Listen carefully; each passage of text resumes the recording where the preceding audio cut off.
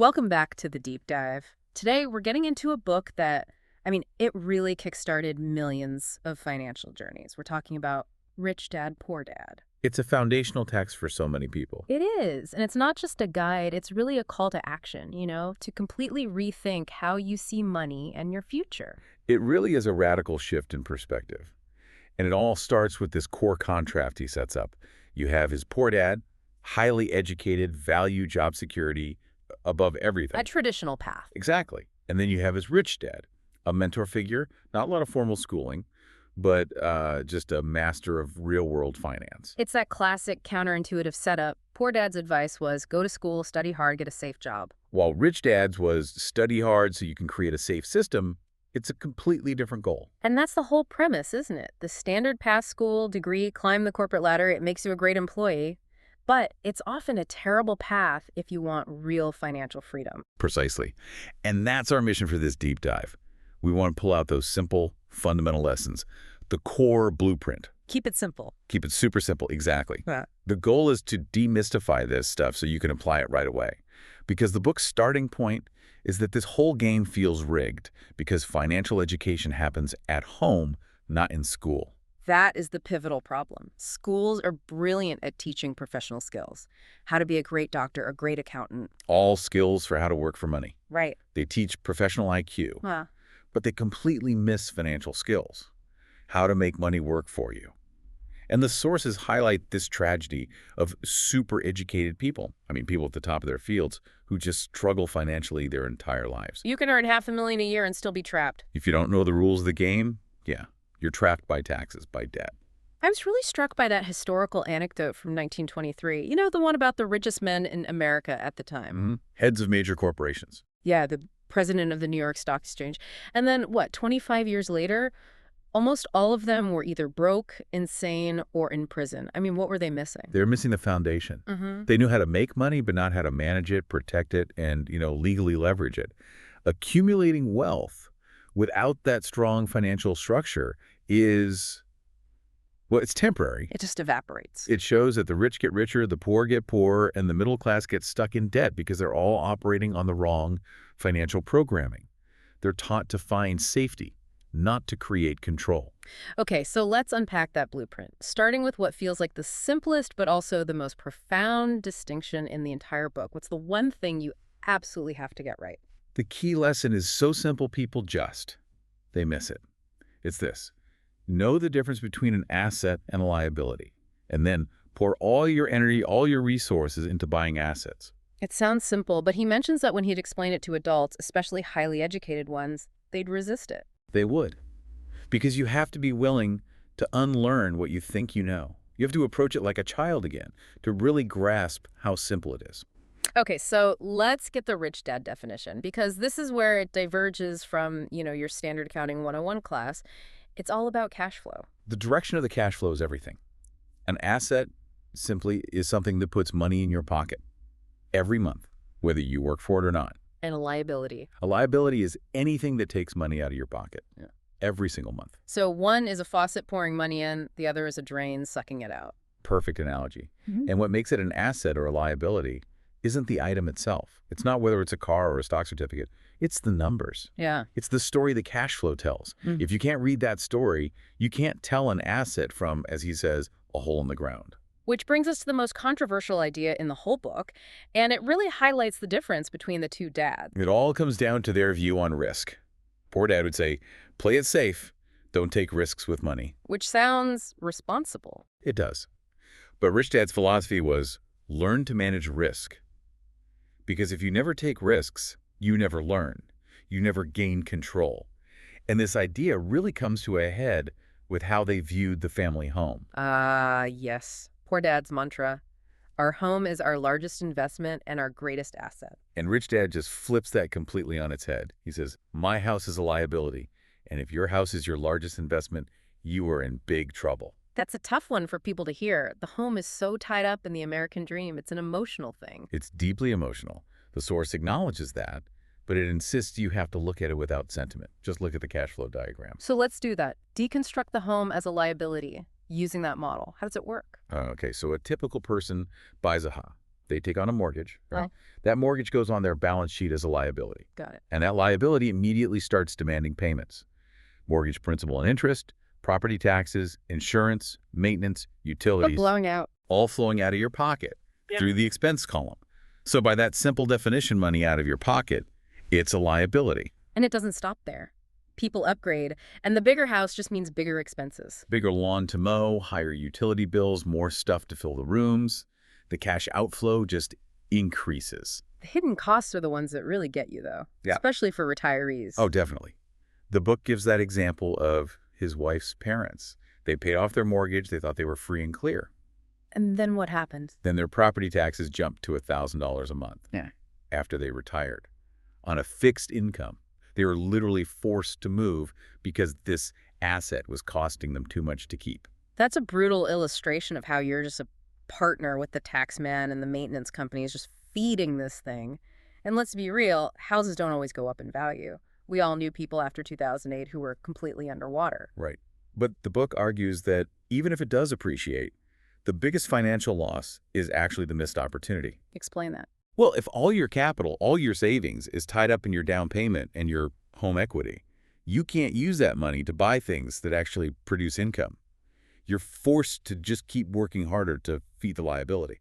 So the house acts like this giant financial sponge. It sucks up all your capital and then forces you back to your job to keep it saturated with cash. It's a trap. Exactly. Regardless of its market value, if it has negative cash flow, it's functionally a liability. And it's preventing you from building a real asset column. Okay, so that leads us right into the power of cash flow. It's not just numbers on a page, it tells a story. It's the narrative of your financial life. And the source claims that being illiterate in numbers, not being able to read that story, is the root of financial struggle for so many educated people. If you can't read the plot, you can't change it. So let's look at the three main plots, the three cash flow patterns, starting with the pattern of the poor. The pattern for the poor is very straightforward, very direct. Income comes in from a job, and it flows almost immediately and completely out to expenses. Taxes, rent, food, the basic. Right. The necessities. The critical thing here is that there is zero money left over to direct toward an asset column. It's just perpetual financial survival. Now, the middle class pattern. This is the one that so many people are stuck in, the infamous rat race. It's more insidious. It is because they earn more, but they're just as trapped. So income, again, from a job, flows to expenses. But the expenses are way bigger and more complex. And here's the key.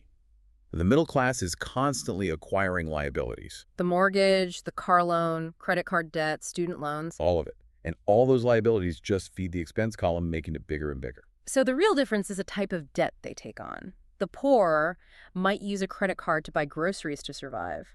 The middle class uses debt to buy a lifestyle they think is an asset. That's it, exactly. And that creates the loop, the rat race loop. You get a raise at work. So you buy a bigger house. A bigger house, a nicer car. Your liabilities increase. So now you have to work even harder to cover those new, bigger payments. You're working for your boss, for the government in taxes, and for the bank that holds your debt. You're just running faster on that hamster wheel, but you're still in the same cage. The money just flows from the job out through expenses to pay for the liabilities. You're funding everyone else's wealth, but not your own. It's a perfect analogy. And the desire for more just keeps you locked in. Okay, now let's contrast that with the rich person's cash flow pattern. This is a complete reversal. This is freedom. In this diagram, the income flows directly from the asset column. It's totally disconnected from a job or from their own labor. It's passive. They might still have a job, but they don't need it to survive. Their financial destiny isn't tied to it. The assets, we're talking real estate, stocks, bonds, intellectual property, they generate enough income on their own to cover all the expenses. And here's the genius part. The extra cash flow, the profit, gets reinvested. Right back into the asset column. To buy more assets. And that's the compounding engine. That's the positive feedback loop. The asset column starts to grow itself. As it gets bigger, it produces more income, which buys more assets. This is literally why the rich get richer. And this whole philosophy just blows up the traditional advice to focus on your salary. It boils down to one simple rule. Mind your own business. Yes. Financial security isn't about how big your paycheck is. It's about how robust your asset column is. Yeah. You know, you can go to school to be a lawyer. You become a lawyer. But you spend your life minding the law firm's business, making the partners rich. So the advice is, keep your day job. But start buying real assets today. Don't wait. The Ray Kroc story is the perfect example of this, the founder of McDonald's. Mm-hmm. He's speaking to these MBA students and asks them, what business am I in? And of course, they all say, The hamburger business. hamburger business. And he says, no, I'm not in the hamburger business. My business is real estate. The land under the franchises, that was his real asset. Yeah. It's a total paradigm shift. Your profession might be what you do from 9 to 5, but your business has to be building that asset column. If you don't own the pipeline, you're just hauling buckets. And this focus on the asset column determines when you get to buy the fun stuff. The luxuries, the rule here is absolutely rigid. Luxuries come last. Not first on a credit card. Never. Rich people buy luxuries only after their asset column generates enough new cash flow to pay for them. The poor and middle class buy them first, with debt, which just throws them back on the wheel. The story about his wife Kim wanting a Mercedes is the perfect illustration of this discipline. It is. She wanted that car, but they didn't touch their savings or use their salary. She had to wait, I think it was 4 years, until the cash flow from their apartment buildings produced enough extra passive income to buy it for her. So the car was literally bought by their assets. It became a reward for being financially intelligent, not a burden of debt. And that's the shift. You use that desire for the nice car to motivate you to create an asset that pays for it. Okay, so we've got the goal. Shift from earned income to passive income. Now let's look at the framework for where people fit in this world. The cash F flow quadrant, E, S, B, and I. The quadrant is so important because it's not just about what you do for a living. It's about your core values, your financial programming, and crucially, how you're taxed. Let's start on the left side where most people are. The E and the SE is for employee. The E quadrant. These are people who work for a system. Their core value, deep down, is security. Right. The steady paycheck, the benefits, the 401k. Exactly. They are trading their time directly for money, which is the ultimate cap on how much wealth you can build. You only have so many hours in a day. They're the gears in someone else's machine. And next to them, the S for self-employed or small business owner. The S quadrant owns a job. Think of a successful doctor in private practice, a consultant, an independent lawyer. Their core value is independence, autonomy. They don't want a boss. They hate being told what to do. But the problem is, they are the system. If they stop working, if they go on vacation, if they get sick, the money stops. They often work way harder than an E, thinking they're free, but they've really just bought themselves a high-paying job. Okay, let's move to the right side of the quadrant. The B in the IB is for big business. The B quadrant owns a system that works without them. This is all about leverage. They leverage other people's time, other people's talent, other people's money. They hire the best E's and S's to run their systems for them. So they can step away and the cash keeps flowing. That's the goal. Passive income through a business entity. And finally, the I, the investor. The I quadrant is where your money works for you. Their whole focus is generating passive income from things like real estate and portfolio income from stocks and bonds. They leverage their capital, not their labor. And the distinction between the left side E and S and the right side B and I is huge when it comes to taxes, right? Massive. The left side primarily earns ordinary earned income. That's money you work for. And it has the highest tax burden of all. The right side focuses on creating passive and portfolio income, which is taxed very, very differently. To really get this, the book tells that story of the bucket hauler versus the pipeline builder. It's a great little parable. So you have a village that needs water. They hire 2 guys, Ed and Bill. Ed is the ES quadrant guy, the bucket hauler. Right. Ed immediately runs out, buys 2 buckets, and starts hauling water back and forth from the lake. He makes money from day one. It feels secure. But his income is directly tied to his ability to carry those buckets. If he's sick, no water, no money. Exactly. Trading time for money. But Bill, the BI quadrant guy, he disappears for months. The villagers are worried. He's not earning anything. He's building the pipeline. He's building the pipeline. And when it's finished, he just turns on the tap. Water flows to the village automatically 24/7. He gets paid whether he's there or on a beach somewhere. The left side hauls buckets, the right side builds pipelines. Yeah. But what about that initial period? Ed is getting paid right away. Bill is earning 0 for months.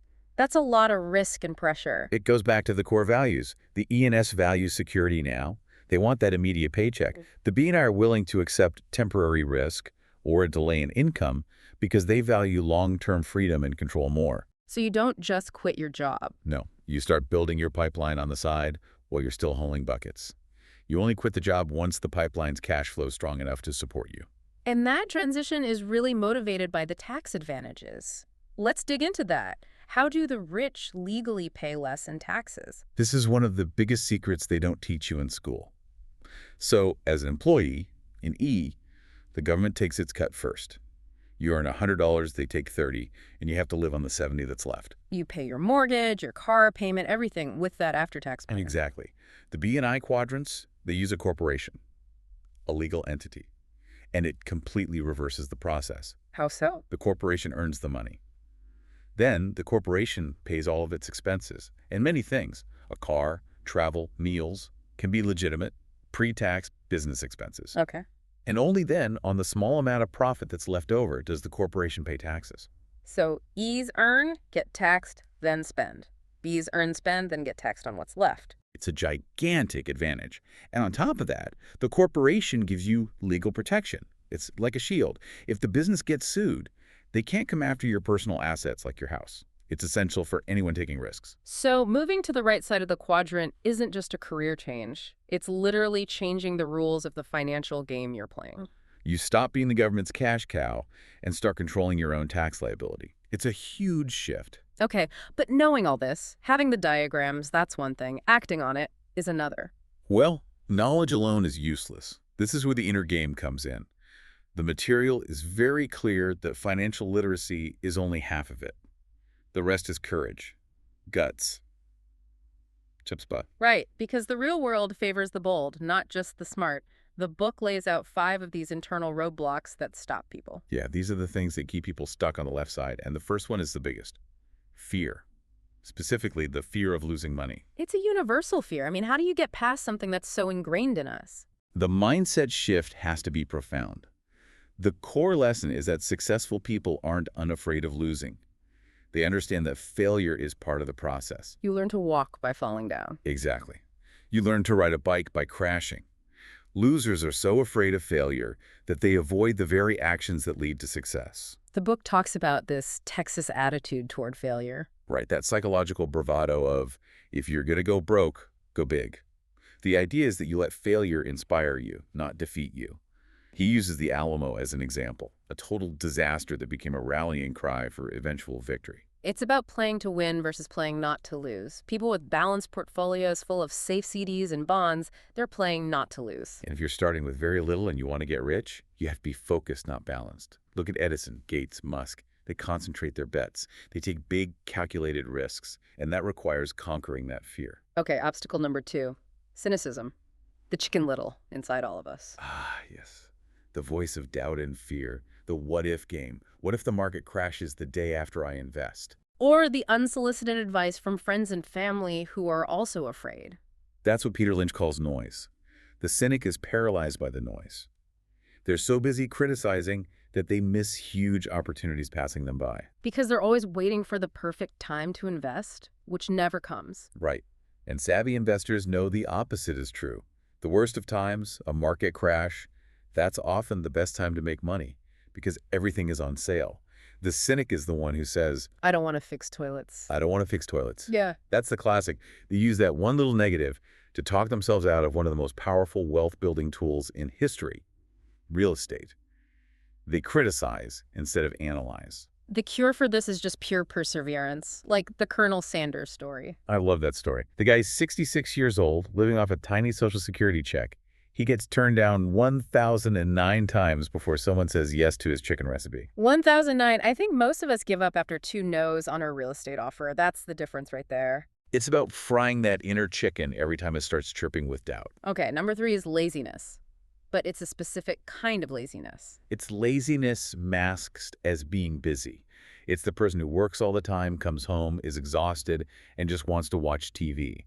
They're too busy to manage their finances or their health or their relationships. It's an avoidance tactic. The ultimate avoidance tactic. And the cure the book suggests is, well, it's counterintuitive. It's to cultivate a little bit of greed. Not destructive greed, A but strong desire for something better. A really fierce emotional reason to want more out of life. More freedom, more control. Something strong enough to overcome the excuses. the 4th obstacle, bad habits. The book says our lives are a reflection of our habits more than our education. And the single most powerful financial habit is to pay yourself first. Which means putting money into your asset column before you pay your bills. That sounds risky. What if the creditors start calling? You use the pressure. The pressure the creditor's calling is what forces you to get creative, to find new ways to make money to pay them. If you pay them first, there's no pressure on you. Your financial genius never gets activated. It's a mental toughness exercise. You're forcing creativity by creating a little bit of scarcity for yourself. As long as you're not getting into bad consumer debt to begin with, that's the key.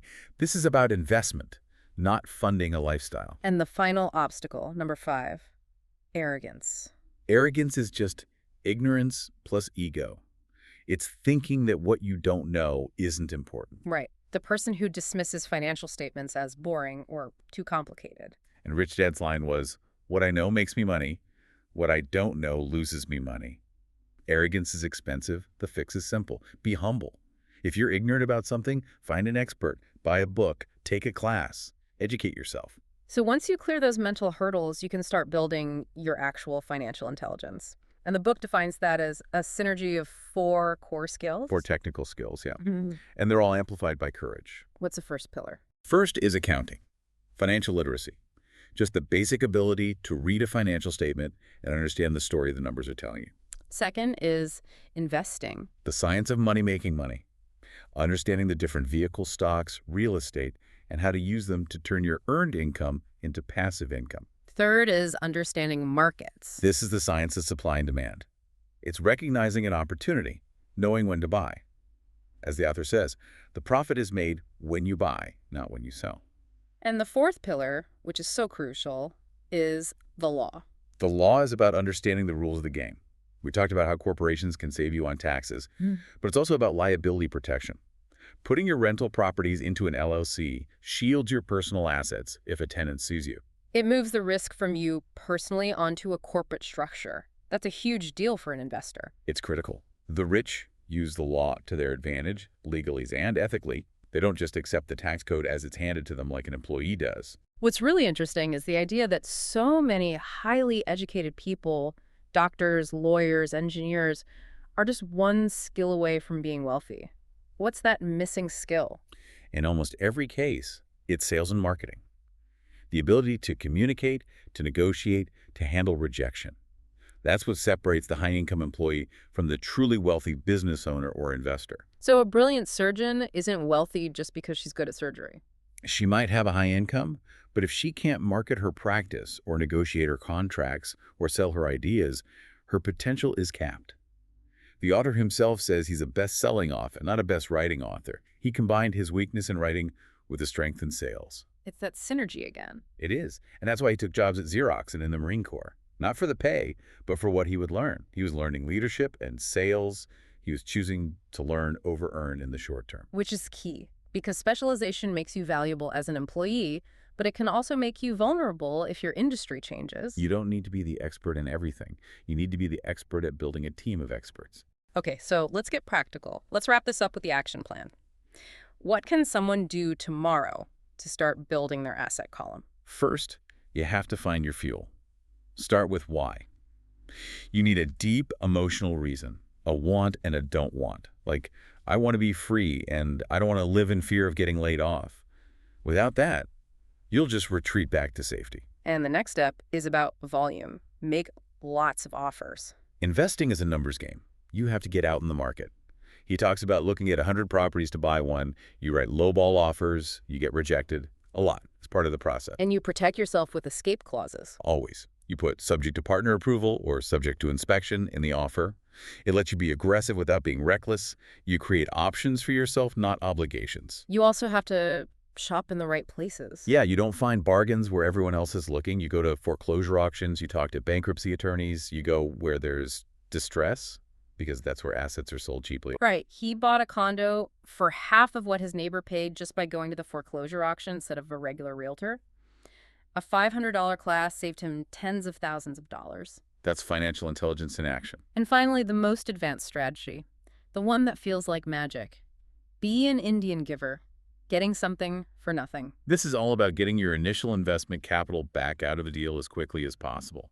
The first question a sophisticated investor asks is, how fast do I get my money back? Okay, walk us through that concept of infinite ROI, the story of the $20,000 house deal. Okay, so he finds a house that's a bargain for 20 grand. He doesn't have the money. So step one, he borrows $2,000 from a friend for the down payment, other people's money. Right, so he's in for zero of his own cash. Step two, he immediately turns around and sells the house to a new buyer for $60,000. But he does it on a contract, a promissory note. The new buyer puts no money down but starts making monthly payments to him. He becomes the bank. And he structures those payments so they're higher than what he owes on the initial loan. Much higher. So step three, he uses that immediate cash flow to quickly pay back the $2,000 to his friend. That loan is gone. So what's the result? The result is he now has an asset in his column, that $60,000 promissory note that's generating monthly income for him, and he has zero of his own money left in the deal. That's the infinite return. That's the infinite ROI. It's using financial intelligence and leverage to create an asset out of thin air. It's a world away from saving $100 a month for 40 years. Is it the perfect example of how B&I quadrant thinking creates wealth? Exactly. You use your desire for things, for luxuries, to motivate you to go out and create the asset that will pay for them. Okay, let's bring it all home. What's the big takeaway here? I think to summarize the transformation, it's realizing that financial freedom doesn't come from getting a raise. It comes from strategically shifting your focus, from working for earned income in the E&S quadrants to converting that income into passive and portfolio income in the B&I quadrants. It's not about how much you make.